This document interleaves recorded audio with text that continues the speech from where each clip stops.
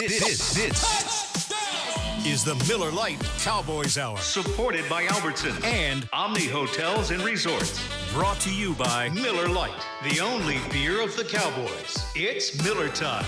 Albertsons and Tom Thumb, the official supermarket and pharmacy of the Dallas Cowboys. Choose VA. Veterans get the benefits you've earned. Visit choose.va.gov. And by Geico. 15 minutes could save you 15% or more on car insurance. now your hosts, Shannon Gross and Brad Sham. Welcome, everybody. It's the Cowboy Hour. And it's Victory Monday. Hey, let's go. Let's go. So much winning, and we're just not tired of the winning. So much winning.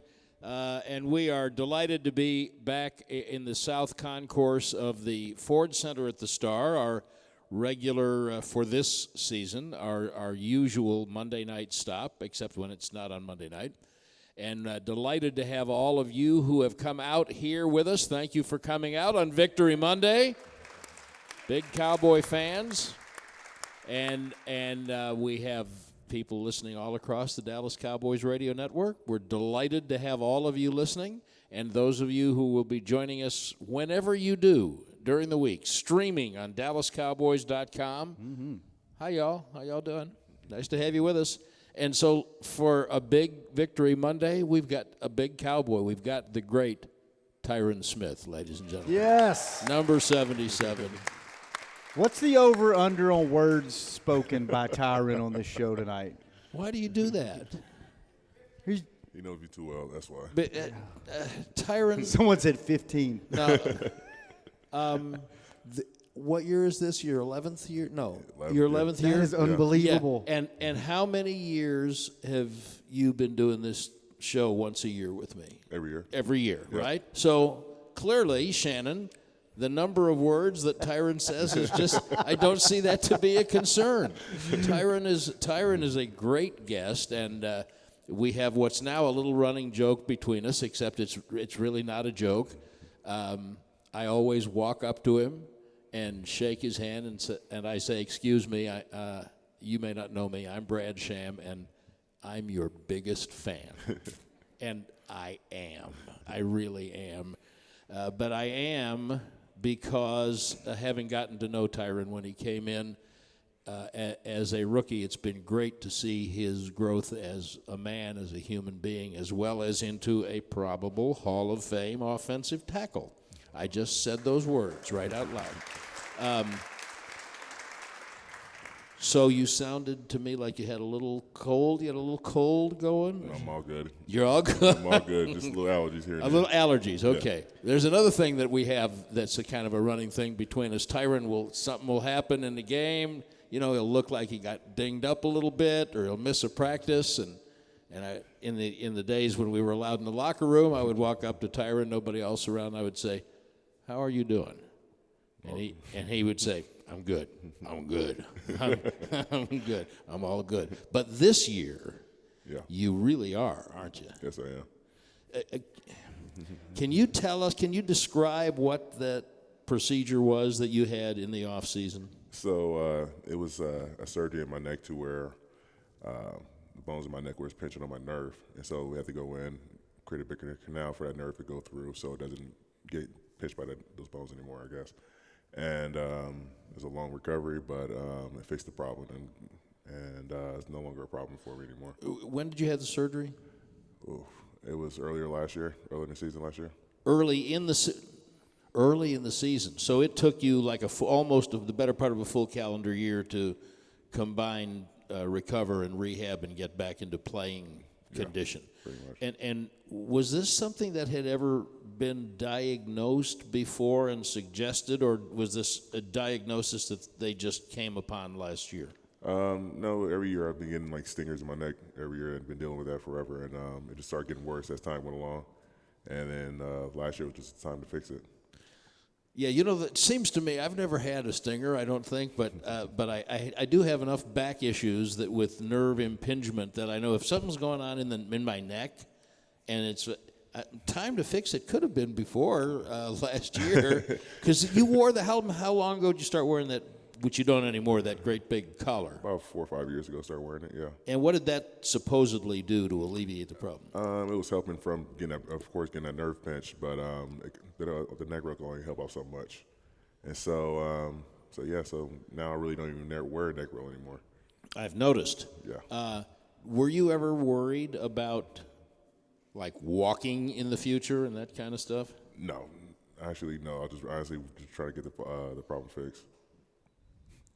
Did you just think you'd just like look in a mirror and say, "I'm Tyron Smith, and you are not pinching my nerve anymore"? There was no way that was going to stop me. What is this? What is a?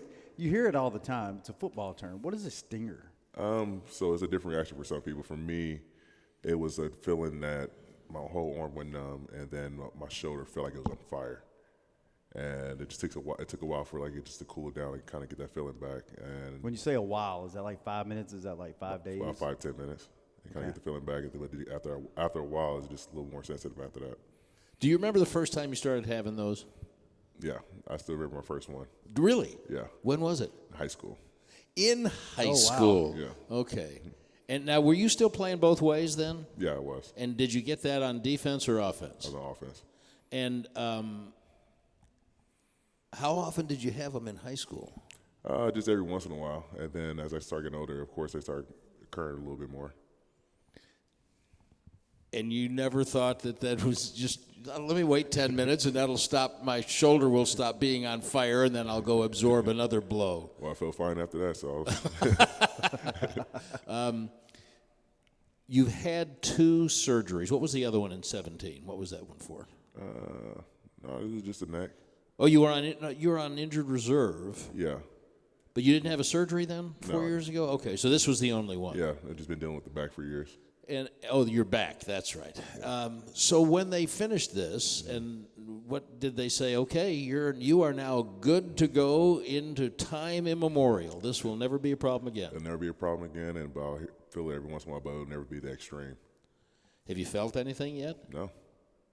Because you look like you're playing like as well as you ever have. That's what it looks like to the uninitiated. Yeah, it feels good.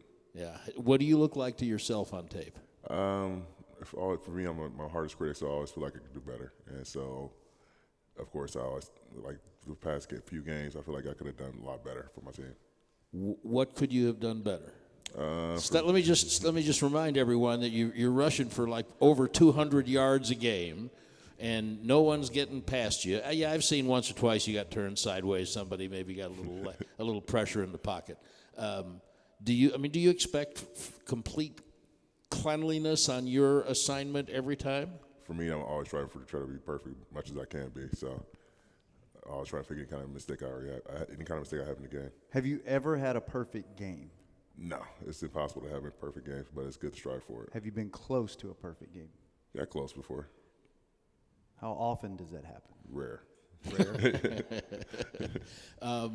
So we were chatting before we came out here, and obviously for an offensive lineman, what the team does, every player says what the team does is that's what I'm here for. But for an offensive lineman, he's got no statistics except the ones he helps provide for someone else. And so I've always felt that offensive linemen really and truly have to mean it when they say it's all about the team and it's all about winning. So how much more satisfying or accomplished is it as a feeling for you when your offense is scoring like you are and you're running like you are, and you know that the 5 of you are the reason why? I think it has a part of everybody's being selfish right now, and everybody's playing for one another, not really thinking about stats or anything like that. They're actually just worried about one day at a time and taking care of what we have to get done, doing your job. Does this season feel like any other season to you? It's a little different. Like I said before, it's a little unselfish this year. Everybody just honest, like I said before, everybody's playing for each other. We were, the media was talking to Kellen Moore a little while ago, and Kellen brought up as a reminder in 2016 when Dak and Zeke were rookies, Kellen was actually the backup quarterback ahead of Dak when you went to camp, got hurt in camp, And so he was Dak's teammate, and I reminded him, and I'm going to ask you the same thing now. In that year, you know, you started, lost the first game, as I recall, and then, you know, got off on a great run, and no one seemed to want to believe it. It didn't seem real to people around. Like, well, they've got to go to Green Bay. Wait till they go to Green Bay. Oh, well, they beat Green Bay. Well, wait till they go to Pittsburgh. And so the question that I asked him, and that I'm going to ask you now, is there anything about what you remember about what that role felt like in 2016 that's comparable in any way to this one? It's to the point to where we're having much fun as we did back then, but it seemed like more of a grown, like a more of an adult team. Everybody's a little more mature this year, and understand what we have to get done this year. So does that go beyond the fact that obviously Dak and Zeke literally had no idea what they were doing? They were chasing, which I kind of think of that of Micah Parsons right now. You remember you didn't play for Parcells. Bill Parcells used to say when he had a great, energetic young player who was doing it all on energy, Parcells used to say he's just chasing cars. and you're a dog guy, yeah. And so you know what it's like when dogs are out chasing cars. And I think of that sometimes. So was that team kind of chasing cars more, and this team is a little more grown up? I just think kind of everybody's a little bit all over the place back then, but it was also getting our job done. But it was just we was enjoying it. This year it was just more of everybody's on a mission and knowing what we have to get done. It's not no fooling around or anything like that. Do you feel a sense of urgency personally on behalf of the team as well as yourself that you have not felt before because you're 11 years in? Just you don't get that many chances at this, so you got to make it count. So is that a yes? Yes. Yeah, okay. Okay, good. Okay. So some of the conversations Tyron and I have had in the past that I've found most illuminating have to do with how he became a great NFL player. And we're going to talk about that. And also, I was reminded looking at your bio that for most of your rookie year, you were 20 years old. Yeah. Unreal. Speaking of being a little more mature, which means you're only 31. Yeah. About You're only 30. You're December, right? Yeah. 12th? Yeah. You were the largest. I am Tyron Smith's biggest fan. I'm just You telling were you. the largest 20-year-old I had ever met in my life, and you're the largest 31-year-old. 30 right now, 30 at the moment. I'm trying to push it a little bit. No, I don't see put it. Yeah. 30-year-old that I've still met. He would like Never you met. to not push it quite so fast. Tyron Smith is with us this evening on the Cowboys Hour on Victory Monday. Victory Monday. Yes. And you know what, Brad? What, Shannon? And Tyron, when it comes time to shop for tailgate favorites, go to Albertsons and Tom Thumb. Get 10% off your groceries every Dallas Cowboys game day when you wear your Cowboys jersey. Did you know if you wore your jersey after the game, you get 10% off your groceries? No clue. You do now. Albertsons and Tom Thumb, the official supermarket and pharmacy of the Dallas Cowboys. And we'll be right back with Tyron Smith on the Cowboys Hour.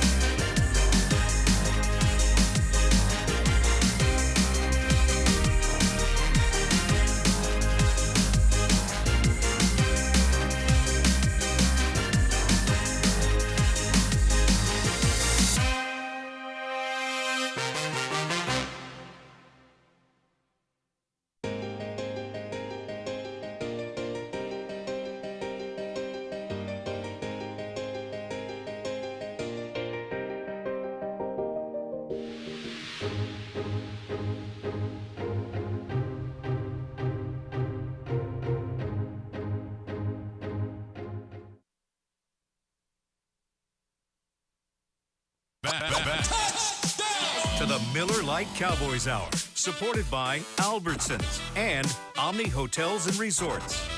And welcome back to the Cowboys Hour. Brad Sham and Shannon Gross and our special guest, perennial All-Star Tyron Smith. I mean, it's true. You've played 10 years. You've made 7 Pro Bowls, right? Yeah. I mean, and the only times that you didn't make the Pro Bowl were when you were a rookie and starting at right tackle and nobody knew you yet, and 2 years when you were on injured reserve. Yeah. So Pretty good percentage there, Brad. I would think that it's reasonable. Yeah.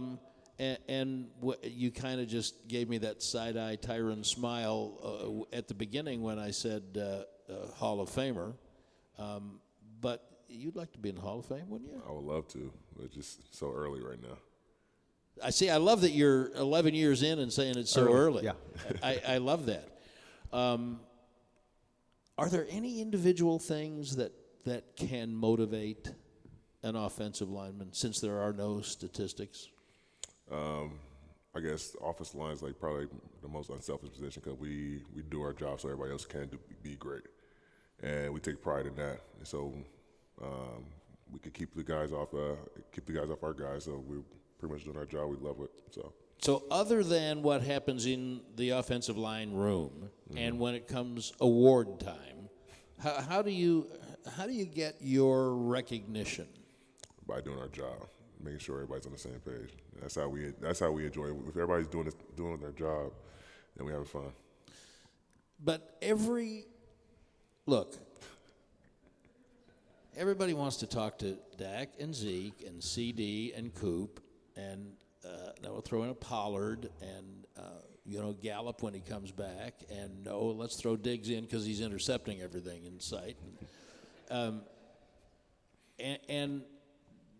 did it at any point in high school, at SC, as a rookie in the league, as a player going through, did it ever bother you that people rarely seem to want to talk to offensive linemen, unless they're Travis Frederick, who figured out how to make it work for him? He was the greatest I ever saw. Does that never?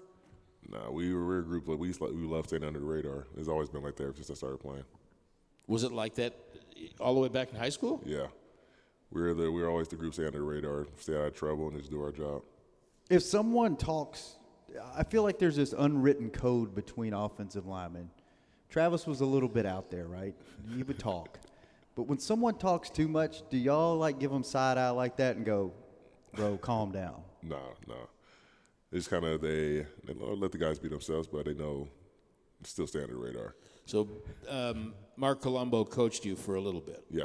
So I don't know if you know this, you might. When Mark played, when he came here from the Bears and rebuilt his knee and turned himself back into an outstanding player and just one of my favorites of all time. And Mark, they had a little thing where if you were an offensive lineman and you talked to a reporter, were seen talking to a reporter, Colombo, they'd have a little kangaroo court, and Colombo was the judge, and he would walk by and fine guys on the spot. Sounds about right. Sounds about right. But Zach talks once a week most of the time. Yeah, we let that rule kind of slip a little bit. Because? We have to. Because he's Zach, right? Because he's a Hall of Famer. But here's what I just heard. We let that slip a little bit, which means, is there something like that in place now? A little fine board, yeah. Kind of fine board, keep the guys in line a little bit, yeah. What would who's in charge of the fine board? I say mostly the other guys, so me, Zach. Yeah. Who gets onto the fine board? How do you get on? How do you get fined? I think it's among our little room, and the fines kind of get up there, I just say. Would that be like paying for Thursday night dinner or worse than that? A little lower than that. Not so bad. A little lower than that. Yeah, it just kind of adds up over the year. Oh, so it's you don't pay up when you're fined. They tote them up to the end of the year, and then. We pick certain times to collect. Oh gosh, the images that are running through my mind. Okay. I want to know about the shoes, man. So we usually the second segment we get into fashion a little bit. I'm the wrong person about fashion. You are not the wrong. Look, you're casual tonight, but like you can tell, like you put it together, and you're one of the best dressed, if not the best. Did you put it together? Or did someone put it together for you? I just put this sweats. Okay. Yeah. But you look good, but it's fashionable. Like you're one of, if not the best dressed big men on the team. Appreciate it. Like you, I think you take pride in. You weren't always this way when you were younger. No. But recently, the last 5-6 years, you really like to dress up on game day. I think it's more of just getting a little older. Starting a little dress up, more business casual. Yeah? Yeah. Okay, well, explain the shoes you have on tonight. I like those. This is some random Jordans I literally just found on the Nike site. Just bought because they look comfortable. Online? Yeah. I was hoping there'd be a better story behind No. that. But they still look So you're good. the wrong person to ask for They fashion. still look good. By the way, we got quite a fashion lesson from J-Ron Kurtz last week. Really? Oh, yeah. Oh, yeah. Yeah, when you have an afternoon, bring that up. Bring that up to him. And I love talking about it. But I have remarked that Shannon usually wins the sock game, and I think he has tonight. And I admitted that I conceded the sock. I did not give up. He wore house shoes. They're not house shoes. They're new shoes-ish, but they're best worn without socks. But I will confess that I thought, Tyron's not going to be wearing any socks. You have socks on? Yeah, little ankle socks. Oh. You can't see They're it. they're well hidden. It's like no socks. I would like to go back and revisit the 20-year-old who came to the NFL, because I think it's so instructive. All we see is the giant that you are dominating people, and we read your opponent's comments that forget about it. Once he gets his hands on you, forget it's all over. And I just found it so interesting when we have talked through the years about how much you've learned and how you learned it, and how when you look back, refresh my memory, I seem to recall you telling me when you left SC and came here, 9th pick in the draft, you thought you knew how to play offensive line. Yeah, until I was trying to figure out the whole playbook, and we had that weird year with the lockout, so we wouldn't allow to have a playbook until we got to camp. So I literally was running around like and that was your rookie year. Yeah.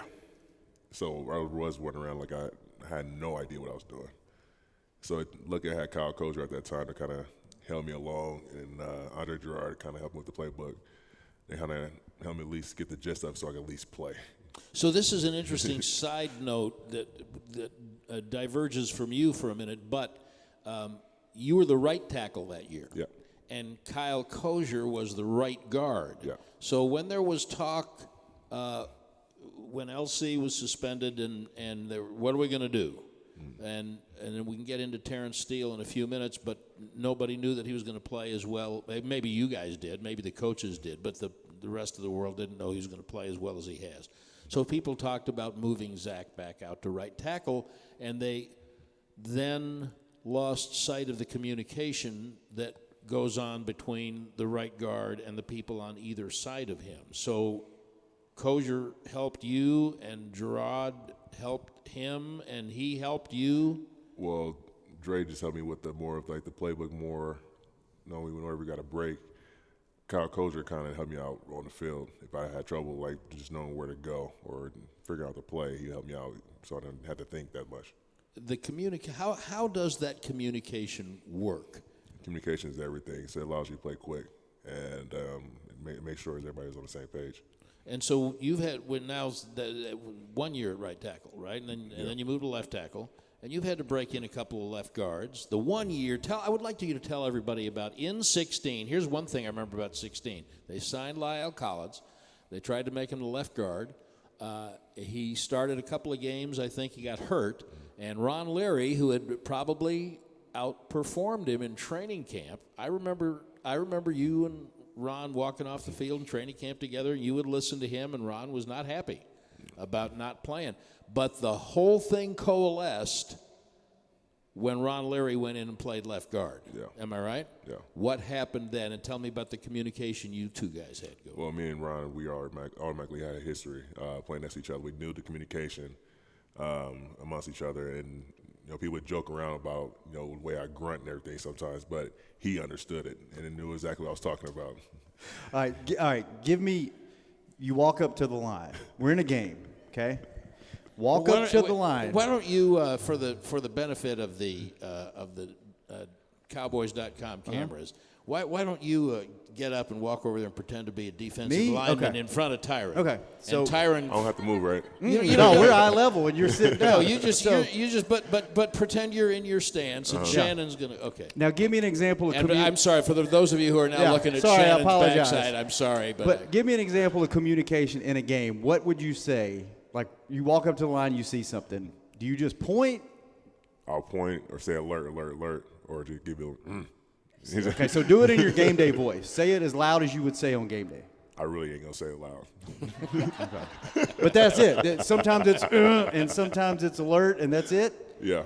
But he just knew what I was saying, though. Okay. He knew what I meant. I've always wondered that because you hear offensive linemen talk about how critical it is to communicate. And you don't ever – you hear the quarterbacks, you hear the wide receivers, you hear the DBs, but you never hear – you hear linebackers yelling out, but you never hear offensive linemen. So I didn't know if it was just a pat and a point or if it's really communication. It's so much communication going on that just along down the line, make sure everybody's on the same page. So do you ever just say, hey, you got this guy, I got this guy? That or, hey, get back, hey, alert, this guy coming on the edge. Okay. We got to go. All right. How do you recognize it? I love the inside baseball stuff. Can you always tell when they're going to run a twist? You kind of have a feel for it, and it comes along with your studying throughout the week, so you know when they're going to do it. And you've practiced that, and so are you ever surprised by the particular kind of stunt that they run? Every once in a while, you'll get like something you haven't seen on tape, so you got to be prepared for anything. And that's when you grunt. This is Offensive Line 101 with Tyron Smith, and we'll have more on the Cowboys Hour shortly. Better ingredients, better pizza. Papa John's is the official pizza of the Dallas Cowboys. And we'll be right back on the Cowboys Hour.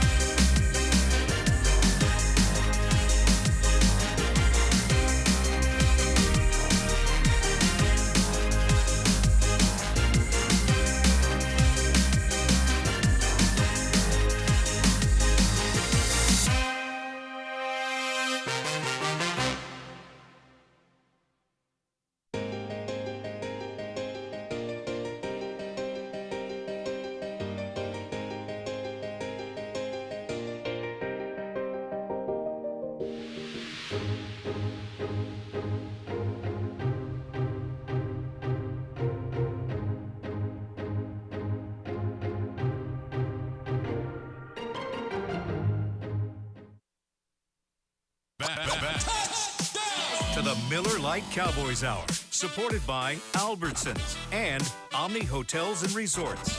And as a matter of fact, at the Omni Frisco Hotel, you can kick off your stay at the official hotel of the Dallas Cowboys with style.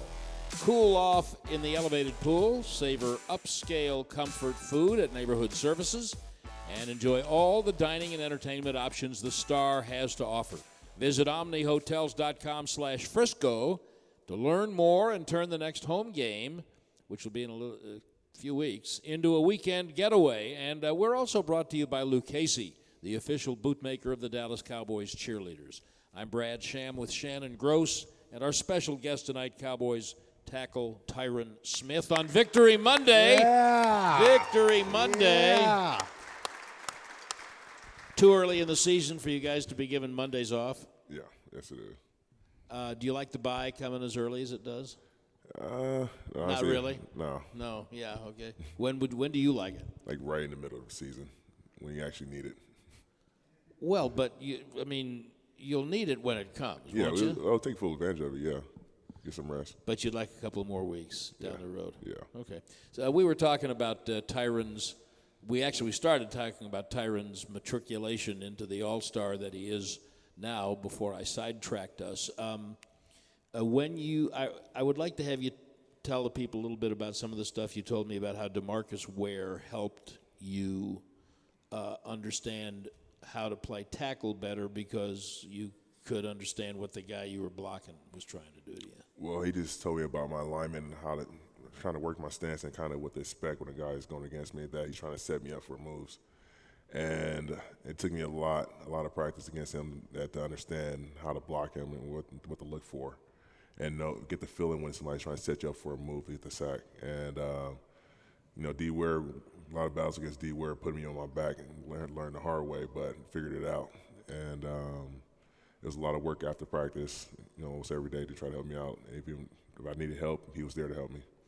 Who did he come to you when you moved to his side, or did you ask him, or did someone else suggest that the two? Honestly, he saw that I needed help me and just helped me. And then if I asked any questions, he was there to help. So it was kind of that understanding. So if my memory is right, your third year you made your first Pro Bowl. Yeah. Then you went to 7 in a row. And somewhere in there, did young defensive ends start coming to you and saying, "Hey, I can't get around you. Will you please help me out here? What do I do?" I did my best if anybody came to ask me for help, I did my best to try to explain it. But only if they ask. Yeah. But honestly, for the team we have now, I'm kind of be a little more vocal this year, kind of help guys out, and we need our best guys out there. So yeah. There are reporters all over town listening to this whose ears just perked up. You're trying to be more vocal? What's it like when you're being more vocal? Dang. Are you talking about on the practice field or in the meeting room? Just on the practice field. I'm obsessed with technique. So if anything can fine tune anything, it's a big help. Which coaches started to? As I recall, you also told me you thought you knew about how to play a tackle when you came in from SC. And what like when you were at Southern California? Did you just know you were physically better than almost everybody you were going to come up against, and you didn't really need to worry about much else than strength? Honestly, I never thought that way. I was still trying to figure out the game back then, and trying to just still at that time try to be the best player for my team. And when did you become obsessed with technique? Once I understood there was a lot more to it, and I came across Bill Callahan, and he knew just so many different type of techniques that he can write a book on this whole thing. And how many years were you with him? I was with Callahan for about 3 years. And he's reputed to be one of the best offensive line coaches ever. You've had some good ones. Hudson Houck, your first one was Hud. I'll never forget Hud. Was nearing retirement, but he said, "I think we're going to draft that guy, and I want to coach him. So I'm not retiring until I get to work with him a little bit." And so now Joe Philbin has been here a couple of years, and he's a veteran coach, well-respected, been a head coach. What is unique about the way Joe Philbin coaches your group? No, he makes sure that you actually understand what you're doing on the field before you even step out there. He's a heck of a teacher, and he does a good job making sure you have the fundamentals down of any kind of technique at all. And kind of those kind of things kind of slip away from you after a while. It's good to get a reminder on those every once in a while. I mean, can you explain to people who have never played offensive line what kind of technique, just one or two little technique things maybe Joe's helped you with? Honestly, it's more of like you forget about your first two steps in any kind of play, whether it's run play or pass play. And it's good to kind of get that reminder or any kind of run play or anything like that, kind of just getting it fit in the right spot. And so you have as much power as possible. Okay, I don't want to let the time go by, and we will have the microphone up here at the rope so you folks can ask Tyron questions in the questioning segment of the program. This is not the questioning segment. This is just the discussion portion. Don't look at me like that. I completely lost my train of thought. Terrence Steele, how and why is he better than he was last year? Everybody's rookie year doesn't go as smooth as you always want it to be. But Terrence is an example that he actually learned from everything from last year and then got better. And he came with a purpose this year to, whenever it was his time to play, he was ready. We're told he won one of the off-season workout awards. Mm-hmm. So what does that mean? That talks about frequency and results of work in the off-season program? It just showed how much it meant to him to put in the work in the off-season to come back ready. But that doesn't mean you'll be able to do it well. No. And he's been doing it pretty well. Yeah. What's he doing better? Honestly, his technique's a lot better. He has a better understanding of the game. He's not second-guessing himself. And he's just playing a lot faster. Who on this, we talked a lot about the offensive line. Mm-hmm. Who got a bunch of new faces, a bunch of young guys on defense. Who impresses you on the defensive side of the ball? That are new faces? Yeah, or just anybody in general. For me, I'm always, because I go against him a lot, is Randy. He's always one of those guys that improves every year.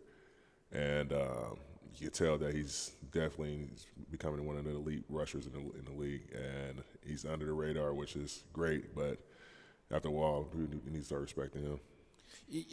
That thing I was saying before about how D-Ware kind of schooled you, and people could look. We could watch, see in practice and training camp, and okay, well,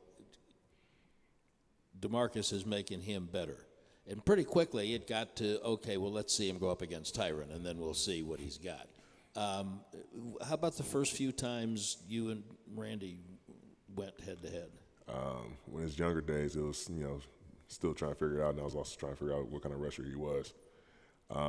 As the years go by, now it's like it's a legitimate battle between me and him now, and you got to be on your game with him. He's a lot bigger than he was and a lot faster than he was back then. A lot of talk, this year about Micah, and now what they're starting to do with him on defense, putting him different spots, moving him around. Yeah. What is it?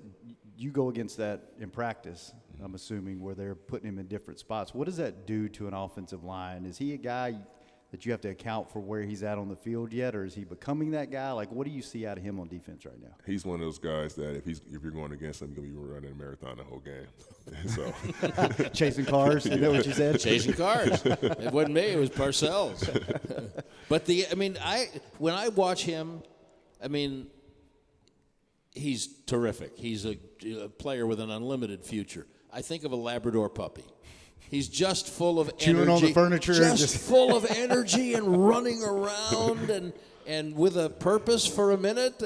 But does he look like that at all when you're watching him from the bench or looking at him on film? When I'm watching play, it seems like he is, wherever that ball is, he's going to go find it. And he's one of those guys you got to keep your eye on him because he's going to pop up somewhere and find a way to the ball. Do you have a Wikipedia? You know what? I thought you would never ask, Brad. No, we do this segment, this little segment in the third part of the show, and it's a Wikipedia check. Yours was pretty boring. I thought I was going to find some dirt on you, but Tyron's excited about being boring. It's kind of boring, but let's go through it real quick. I'll read off a little bit of this, and you tell me whether it's true or not. All right. Okay? It says your name is Tyron Gerard Smith, and you were born December 12th, 1990. Yeah. You are an American football offensive tackle for the Dallas Cowboys of the National Football League. Mm-hmm. Good so far. All right. You played college football at USC where you won the Morris Trophy. Yep. Which this is a weird trophy to me. What's the Morris It Trophy? recognizes the best offensive and defensive linemen on the West Coast. That's Okay. a very random trophy. Let's hear it for Morris. All right. You were drafted by the Dallas Cowboys with the 9th overall pick in the 2011 draft. You know you started a trend What? of offensive linemen being drafted here in the first round. And you know it had been decades Yes. since the last time the Cowboys took an offensive lineman. And then it First just round. started, that just became like, okay, because I don't know if you're aware, but Mr. Jones likes to make splashes with certain Yep. things.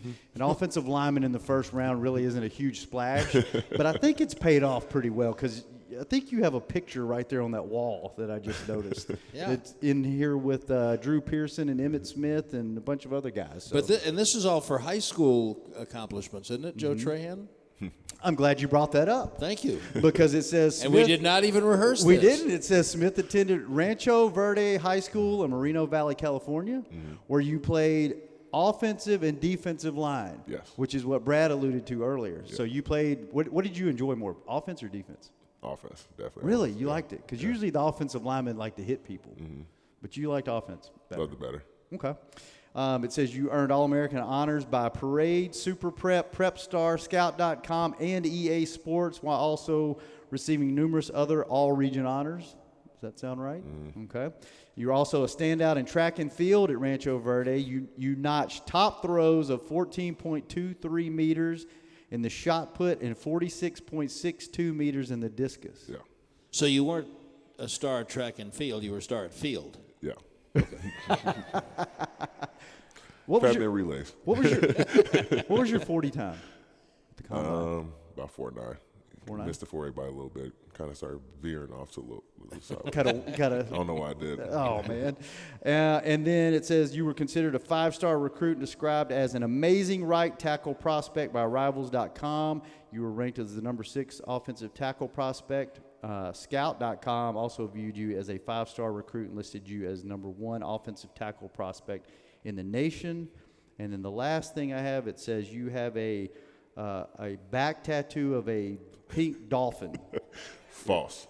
That part's not true. You made that up right now, didn't I you? did make that up, but you do have a new tattoo that you just got Yeah. finished, right? Yeah, they finished on my sleeve on my forearm right here. It's a Dragon Ball Z tattoo that I kind of grew up watching. Dragon Ball Z, Yeah. big Dragon Ball Z guy, Huge. huh? Who's your favorite character? Goku. Okay. There you go, Brad. There's our Wikipedia fact check. Questions from the audience for Tyron Smith when we come back on the Cowboys Hour.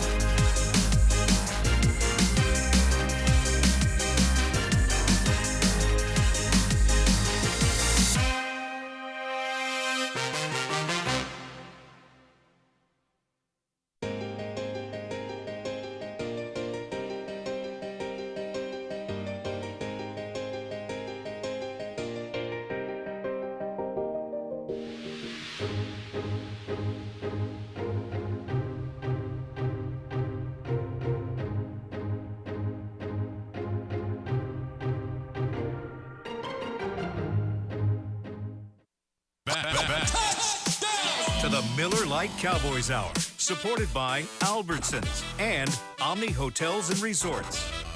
Want to use what the pros use? Jack Black is the official men's skincare brand of the Dallas Cowboys. Visit getjackblack.com today. It's the Cowboys Hour on Victory Monday. Brad Sham, Shannon Gross, our special guest Tyron Smith, who is mocking me. Tyron's mocking me because you couldn't hear. Could you hear the commercial? Those of you who are here, you couldn't hear the commercial. So it's a music jingle, and I'm hearing it, and I'm kind of drumming along with it, and Tyron looking at me like, "What's the matter with you, old man? What are you doing? What are you doing over there?" The Cowboys will go into their bye week after Sunday. Bye. Oh no, you're waving to the studio audience outside. But we'll have a show next week. We will be right here, and Mike McCarthy's going to sit in that chair right over there. Cowboys head coach is going to be with us next week. That'll be fun. I think so too. Fun. I can't wait to get your Wikipedia page on him. Yeah, that's going to be a fun one. Yeah. Okay. Okay. Let's get some questions from Cowboy fans. Hey, Tyron. My name is Corey. My question is, what's a favorite play that you like blocking for that may be called in the huddle that you like, without giving out too many details? Be honest with you, it's not really much a favorite play, but anytime we pass the ball, that's kind of like my thing to do. I love pass blocking, and so I take pride in that. So any kind of pass play we do. I'm actually surprised to hear you say that, because most offensive linemen prefer run blocking. Mm-hmm. Because it allows you to be the aggressor a little more, right? Yeah. Why do you like pass blocking better? I feel like it goes a little more detail into pass blocking as far as like technique-wise, so I'm like a little obsessed with that. And so you really you've studied the guy and you want to shut him down, and you know all of the mechanical things that you've worked on all week. Yeah, a lot goes into it, yeah. There's an engineer running around in your head somewhere, isn't there? Maybe a little bit. Maybe a little bit, okay. Hey, Mr. Smith. My name is Kevin. Hope you're doing well. What do you think of Micah Parsons' ability to rush a passer, specifically as a rookie, in relation to other rookies you may have faced throughout your career? Thanks. I think Parsons, the sky limits with him, and he reminds me a lot of like a guy like Von Miller, that he could rush the edge that way. So the potential is very high for him. What makes Von Miller good? That he makes you feel like you're running a marathon all game and you don't know which way he's going to go. An assortment of different moves? Yeah, pretty much. Does he have, like, you'll see him later this year, does he have a bigger bag of tricks than other guys? Well, I'll say he's great setting you up for his moves that he wants to do.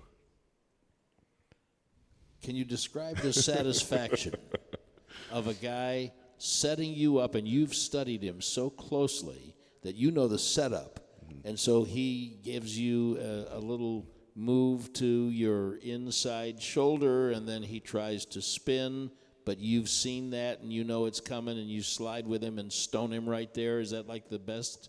That's one of them, but also now putting yourself in position first to make him do his move. Who gives you? I do a little show with Nate Newton, pretty good offensive lineman in his own right. Mm-hmm. He used to have the one guy he hated to go against was Jerome Brown. He went against some greats. He went against Reggie White and a lot of those guys in that era. Jerome Brown always gave him fits just because of his style. Is there a guy in the league, from a matchup standpoint, that gives you fits? Not right off my head, no. But I do hate going against those guys that like to avoid a lot when they love to time your punch up right at the last second. Those are guys that will frustrate you a little bit. Hey, Tyron, my name's Deldrick. He just stole my question. So we're just going to go with DeMarcus Ware. So I guess my question is, my son here, he's 12 years old, and he plays middle school football back home in Virginia. So I guess, do you have any advice for him? Honestly, just keep working hard, and just learn from any kind of mistakes you do going through football, and just love it. Love the game. That is a great answer. Yes, sir. Hi, Tyron. My name's Eugene. I'm here with my wife, Liz. We're enjoying our second-year anniversary. Congratulations. Thank you. She wanted to know, when growing up, were there any offensive tackles or offensive linemen that you looked up to or were inspired by? For me, I first started playing football, watched my brothers play a little bit growing up, so that's how I kind of got into it. And then also watching Larry Allen growing up, watching a little bit of highlights of him growing up. And so yeah, always wanted to be like them. Thank you. Yeah. It's a great question. Yeah, and it's a great answer. You've met Larry, haven't you? Yeah, I have. I mean, that's a pretty good talk off right there. A lot of grunting going on in that conversation. Huh? You and Larry have good conversations. Yeah, is punch the guy. Yeah. What's going on, Tyron? My name is Ricky. I actually flew out here from Jersey and had a great win last night, so appreciate all the work you've been putting into. Quick question for you is you talk a lot about technique and how important it is to you, obviously, in just developing yourself ever since from the beginning. Now, you blocked for Tony Romo, obviously. You've blocked for Dak Prescott, two pretty different types of quarterbacks, right? One's a little bit more mobile. Obviously, Dak is more mobile, whatnot. Tony's a little bit more pocket passer. Really, what is the biggest difference, and what type of quarterback do you prefer to block for? Someone that's a little bit more mobile or more of a pocket passer like Tony Romo? Honestly, I'll block for either or, and it just depends where the quarterback's going to be. You got to know where he's going to be no matter what, whether he's mobile or going to be a pocket passer. It's all about preparation and knowing who you're blocking for. That's all it is. Seems like a lot of you are from out of town. How many people went to the game last night? Everybody, almost everybody. How awesome have the crowds been these last two or three games? Great, especially after last year, yeah. Man, there's hardly anybody there last year, Tyron. Great point. But, I mean, it's been borderline a playoff atmosphere these last two games. What is that like for you guys to be back to a full stadium and being – It's great. It's great energy. It's great to be back to normal, and it's great to be in the position that we are right now. But we got a lot of work to get done. I like that. Yes, young man. What's your favorite food? Oh, favorite food. Outstanding. What's your name, sir? Rohan. Rohan. Where are you from, Rohan? From Canada. From Canada. Man, that's a long way. And how old are you? How old are you, Rohan? What? How old are you? I'm 9. 9. Okay. Same age as Tyron's son. Okay, your favorite. We got about a minute. Your favorite food? Burger. What about yours? Pizza. Okay. Fair enough. Okay. Good job. Normally, with a minute, I would start saying goodbye. We got time for 3 more questions with Tyron with a minute left. Okay. Did you have another one? I made fan art, so at the end of the show, take it. Okay. Fair enough. Okay. We've got time for one more. Thank you. Yes, ma'am. Hello, Mr. Smith. I'm Shaggy. You literally have Dak Prescott's back. How does he thank you? Is it like a head tap, bump? It's usually a high five sometimes, or a nice little chest bump every once in a while. And nice the best Christmas gift he's ever given you guys? I don't know. It gets better every year. He's like, I'm not done getting them. Yeah, I said so far up till now. I don't know. Honestly, I like all the gifts he gives me. Gives us, I guess. He's a grateful guy. You know what? So are we. Thank Tyron Smith for being with us. Thank you. By the way, I'm your biggest fan. Victory Monday. Enjoy it, everybody. Mike McCarthy will be here next week for Shannon Gross. I'm Brad Sham. Thanks for being with us on the Cowboys Hour. Let's go. This has been a production of DallasCowboys.com and the Dallas Cowboys Football Club. How about this, Cowboys? Yeah!